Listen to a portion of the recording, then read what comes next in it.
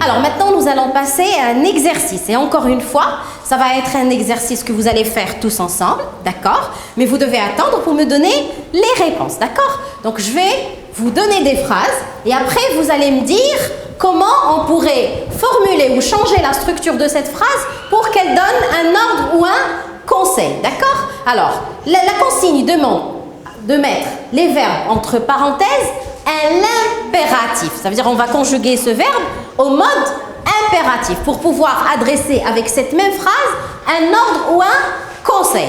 Alors, qui voudrait lire cette première phrase? Oui?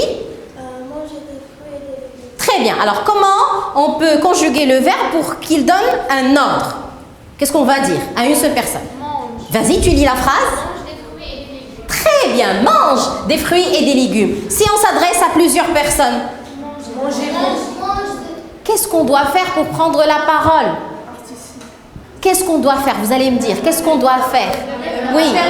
Levez la main. Pourquoi on lève la main? Pour donner la réponse. Pour donner la réponse. Déjà, pour prendre la permission. Est-ce qu'on peut parler tous en même temps? Est-ce que moi, je suis capable de vous entendre tous à la fois? Non, ce n'est pas possible. Alors, oui, après, deuxième phrase. Nous avons ne pas rester trop longtemps devant l'écran. Par exemple, devant l'écran du téléphone. Oui. Ne reste pas trop longtemps devant l'écran. Très bien. Et si on s'adresse à plusieurs personnes?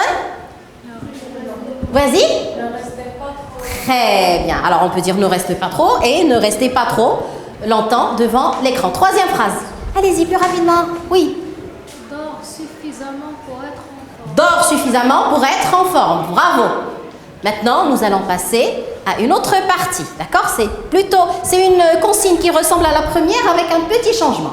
Alors, vous avez la première phrase. Maintenant, vous ne devez pas conjuguer le verbe. Maintenant, vous allez employer l'expression qui est entre parenthèses pour rendre cette phrase comme un ordre ou un conseil. D'accord?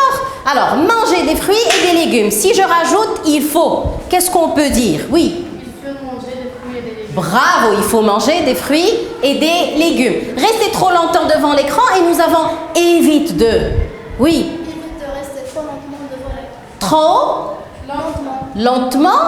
C'est ce qui est écrit, vous êtes d'accord? Longtemps. Très bien, devant l'écran. Évite de rester trop longtemps devant l'écran. Maintenant, nous allons passer à un exercice en binôme, encore une fois. Qui pourrait me réexpliquer ce que ça veut dire le binôme, travailler en binôme? Une personne. Deux personnes, très bien. Mais est-ce que vous devez travailler dès le début en binôme? Vous devez? Qu'est-ce que vous devez faire? Oui.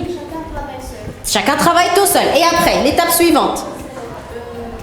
Oui. Après, les deux doivent discuter. Très bien. Les deux élèves doivent discuter de leurs réponses. Ils doivent comparer. Ça ne doit pas prendre beaucoup de temps. D'accord? Donc, je vous propose l'exercice. Il est sur votre livret. D'accord? Très bien. C'est à la page 26. Alors, qu'est-ce qu'on vous demande dans cette consigne? Qu'est-ce que vous devez faire? Qui pourrait me dire? Oui? Compléter les phrases en donnant les verbes à l'impératif. Entre quoi?